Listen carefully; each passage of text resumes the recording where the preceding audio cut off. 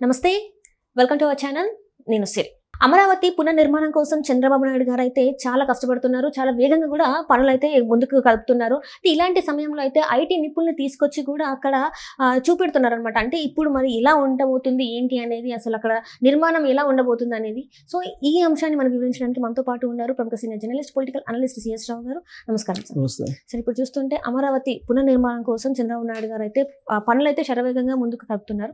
ఇలాంటి సమయంలో ఐటీ నిపుణులు తీసుకొచ్చి అక్కడైతే సందర్శించడం జరిగింది. అంటే ఇది మళ్ళీ అసలు పనికొస్తుందా రాదా, అక్కడ ఏవైతే నిర్మాణాలు జరిగాయో వాటిని మళ్ళీ నిర్మించాలా కొత్తగా, లేకపోతే ఉన్నది సరిపోతుందా అని చెప్పేసి. సో ఏం జరగబోతుంది అంటారు మరి? ఒకటి ఏంటంటే అమరావతి పునర్నిర్మాణం జరగాలి అనేది చంద్రబాబు నాయుడు యొక్క సంకల్పం. ప్లస్ రాష్ట్రం మొత్తం విధ్వంసానికి గురైంది 2019 నుంచి 2024 వరకు. దాన్ని మళ్ళీ రీకన్స్ట్రక్షన్ చేయాలి అనేది ఆయన యొక్క ఆలోచన. ఈ పరిస్థితుల్లో చంద్రబాబు నాయుడు అధికారంలో రాగానే వెంటనే అమరావతికి సంబంధించినటువంటి పనులు ప్రారంభమయ్యాయి. అయితే రీసెంట్గా 2-3 రోజుల నుంచి సోషల్ మీడియాలో వైరల్ అవుతున్నటువంటి న్యూస్ ఏంటంటే, అమరావతిలో ఏవైతే పాడుబడినటువంటి భవనాలు ఉన్నాయో వాటి నుంచి నీళ్లను తోడటానికి 10 కోట్ల రూపాయలు ఖర్చు పెట్టారని, ముళ్ళ పొదలను తీసేయడానికి 5 కోట్ల రూపాయలు ఖర్చు పెట్టారని, ఇలా రకరకాలుగా స్ప్రెడ్ చేస్తున్నారు న్యూస్ని ప్రత్యర్థి పార్టీలు. ప్రత్యర్థి పార్టీ అంటే ఆల్రెడీ వైఎస్ఆర్ కాంగ్రెస్ పార్టీ, దాని సోషల్ మీడియాకి సంబంధించినటువంటి వింగ్స్. వాళ్ళేంటి కొన్ని కోట్ల రూపాయలు, అసలు నీళ్లు తోడటానికి 10 కోట్ల రూపాయలు అయినాయి, ముళ్ళ పొదలు తీయడానికి 5 కోట్ల రూపాయలు అయినాయి, ఇట్లా రకరకాలుగా స్ప్రెడ్ చేస్తూ ఉన్నారు.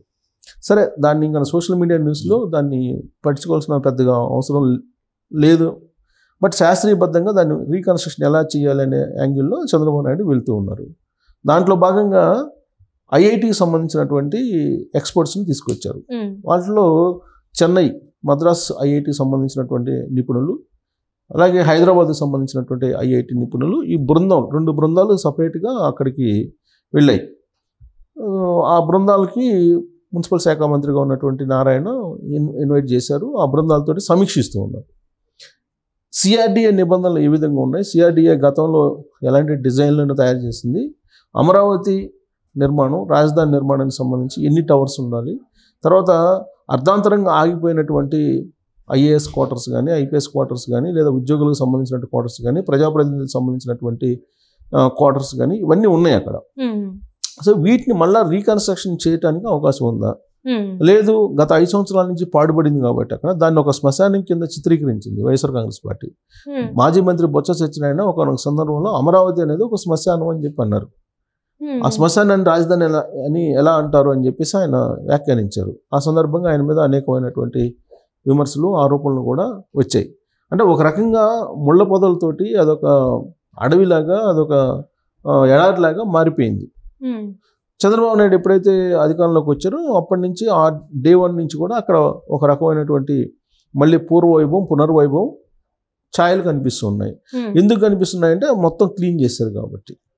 సో ఇప్పుడు ఈ ఐఐటి నిపుణులు వెళ్ళి అక్కడ పిల్లర్స్ ఎలా వేశారు, తర్వాత దాన్ని ఆ పిల్లర్స్ ఇప్పుడు మళ్ళీ వర్షానికి కానీ, లేదంటే ఈ 5 సంవత్సరాల్లో జరిగినటువంటి కొన్ని అసాంఘిక కార్యక్రమాలు ఇవన్నీ జరిగినాయి. అక్కడ రోడ్లతో వేయటం, లేదంటే అక్కడ ఇనుము తీసుకెళ్ళటం, ఇవన్నీ జరిగినాయి. ఇన్ఫ్రాస్ట్రక్చర్ సంబంధించిన విధ్వంసం జరిగింది.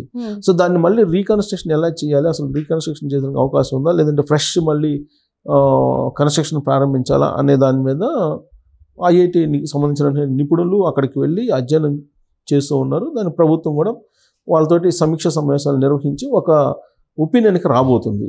అయితే మొదటి విడతగా అమరావతికి 40,000 కోట్ల రూపాయలతోటి అభివృద్ధి పనులు ప్రారంభించాలి శరవేగంగా అనేది ఇప్పుడున్నటువంటి చంద్రబాబు నాయుడు ప్రభుత్వం యొక్క ఆలోచన. దానికి మద్దతు పలికేలా, లేదంటే దానికి సహాయ సహకారాలు అందించేలా కేంద్ర ప్రభుత్వం కూడా ముందుకు వచ్చింది. ఇటీవల కాలంలో బడ్జెట్లో 15,000 కోట్ల రూపాయలు కేటాయించింది. ఆ 15,000 కోట్ల రూపాయల రుణమా లేకపోతే గ్రాంట్ అనేది పక్కన పెడితే చర్చ అయితే జరుగుతుంది. అది రుణమా గ్రాంట్ అనేది పక్కన పెడితే, విభజన చట్టం ప్రకారం ఆంధ్రప్రదేశ్లో రాజధాని నిర్మించి ఇవ్వాలి కేంద్ర ప్రభుత్వం. అది చట్టం యొక్క విధి, చట్టంలో పొందుపరిచినటువంటి అంశం, దాని చట్టంలో ఉంది. ఖచ్చితంగా అమరావతి లేకపోతే ఇంకో చట్టం ఆంధ్రప్రదేశ్ ప్రభుత్వం తేలిస్తే అక్కడ రాజధాని నిర్మించి ఇస్తాము అని చెప్పి చట్టంలో చెప్పారు. సో దాని ప్రకారం అమరావతి రాజధాని అనేది నిర్ణయించింది ప్రభుత్వం. కాబట్టి అమరావతిలో రాజధాని నిర్మాణం చేసి ఇవ్వాల్సిందే కేంద్రంలో ఉండేటువంటి ప్రభుత్వం అందుకే బడ్జెట్ కూడా రిలీజ్ చేశారు కదా సార్, 15,000 కోట్ల రూపాయలు రిలీజ్ చేశారు. సరే అది గ్రాంటా లేకపోతే రుణం అనేది చర్చ జరిగింది. అది గ్రాంటా రుణం అంటే పూర్తిగా అది గ్రాంట్ కానీ రుణం కానీ ఏదైతే అనేవి కేంద్ర ప్రభుత్వం భరాయించాలి చట్టం ప్రకారం. విభజన చట్టంలో ఏం చెప్పారు, రాజధాని నిర్మించి ఇస్తామని చెప్పారు. అది కూడా నరేంద్ర మోడీ 2014లో ఏం చెప్పాడు, ఢిల్లీ తరహా రాజధాని నేను నిర్మించిస్తాను ఆంధ్రప్రదేశ్కి అని చెప్పి ఎన్నికల్లో హామీ ఇచ్చాడు.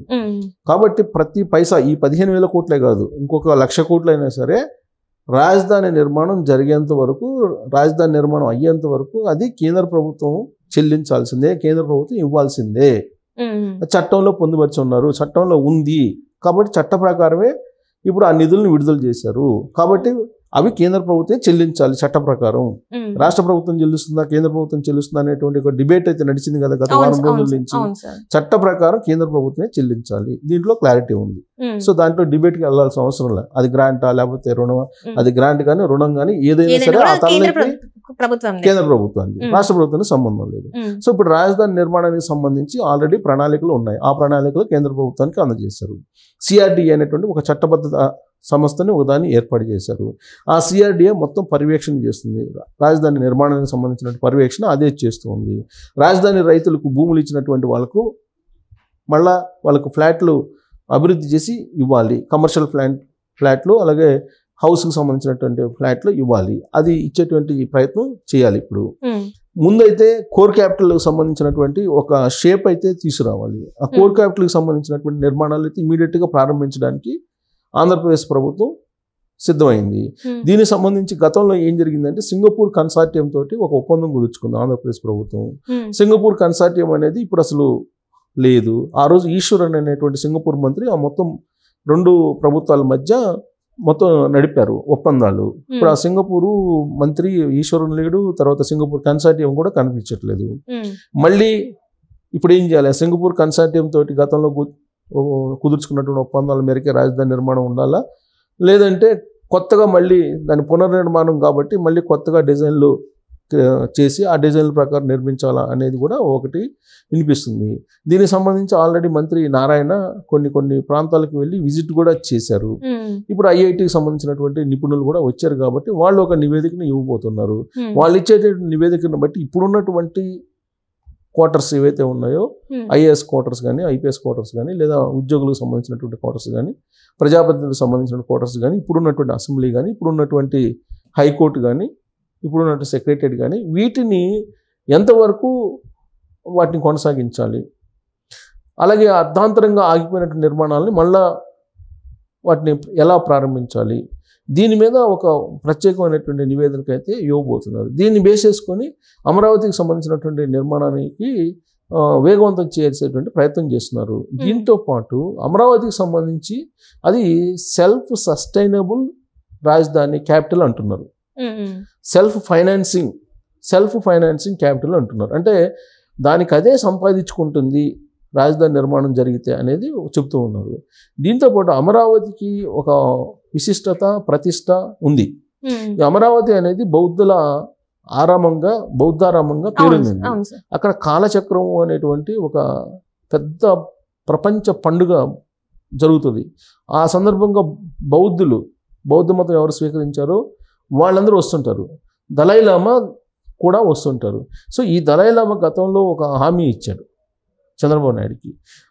ప్రపంచవ్యాప్తంగా ఉన్నటువంటి బౌద్ధాలకు సంబంధించినటువంటి వాళ్ళందరూ కూడా కొన్ని లక్షల కోట్ల రూపాయలు, సుమారుగా 5 లక్షల కోట్ల రూపాయలు అమరావతిలో పెట్టడానికి సిద్ధంగా ఉన్నారు అనేది కూడా కొన్ని సంకేతాలు ఇచ్చారు. సో కాబట్టి ఆ బౌద్ధరామం లేదంటే ఈ బౌద్ధులందరూ కలిసి దలైలామాకి ప్రపంచవ్యాప్తంగా కూడా అభిమానులు ఉన్నారు, ప్రపంచవ్యాప్తంగా. సో ఆ దలైలామా తలుచుకుంటే కనుక 5 లక్షల కోట్లు అనేది నథింగ్. సో ఆ దలైలామాని కూడా తీసుకొచ్చే ప్రయత్నం చంద్రబాబు నాయుడు చేస్తున్నారు అనేది కూడా ఒకటి వినిపిస్తుంది. సో అదే జరిగితే కనుక అమరావతిని మనం ఇప్పుడు ఊహించుకున్న దానికన్నా కూడా దాదాపు 10 అంతలు ఎక్కువగా మనకు కనిపించడానికి అవకాశం ఉంది రాబోయేటువంటి రోజుల్లో. ఇది ప్రపంచంలోనే ఒక గ్రీన్ సిటీ కింద దాన్ని నిర్మాణం చేయాలి అనేది చంద్రబాబు నాయుడు యొక్క డ్రీమ్. సో ఆ డ్రీమ్ నెరవేరాలంటే దలైలామా మద్దతు అవసరం. సో దలైలామాని కూడా తీసుకొచ్చే ప్రయత్నం చేస్తున్నారు. ఇప్పటికే వివిధ దేశాల నుంచి అనేక మంది వచ్చి చంద్రబాబు నాయుడిని కలిశారు ఈ 55 రోజుల నుంచి. అలాగే ఇండస్ట్రియలిస్టులు, అలాగే వ్యాపారవేత్తలు, పెట్టుబడిదారులు అనేక మంది ఎన్ఆర్ఐలు వీళ్ళందరూ కూడా చంద్రబాబు నాయుడిని కలిశారు. రైట్. కానీ వాళ్ళతో ఎన్నెన్ని ఒప్పందాలు కుదుర్చుకున్నారు, ఏం కుదుర్చుకున్నారు అనేది ఇంకా కొన్ని బయటికి మాత్రమే రాలేదు. బయటకు వచ్చాయి కానీ పూర్తి స్థాయిలో రాలా. బట్ దలైలామా కనుక ఒక్కసారి అడుగు పెడితే దాని రూపే మారిపోయేటువంటి అవకాశం ఉంది. రైట్. అండ్ ఇప్పుడు ఇచ్చిన దానికన్నా ఇంకా అసలు అసలు అనుకున్న అది దానికి అనూహ్యం అది. Right sir. Right. Thank you so much. Thank you.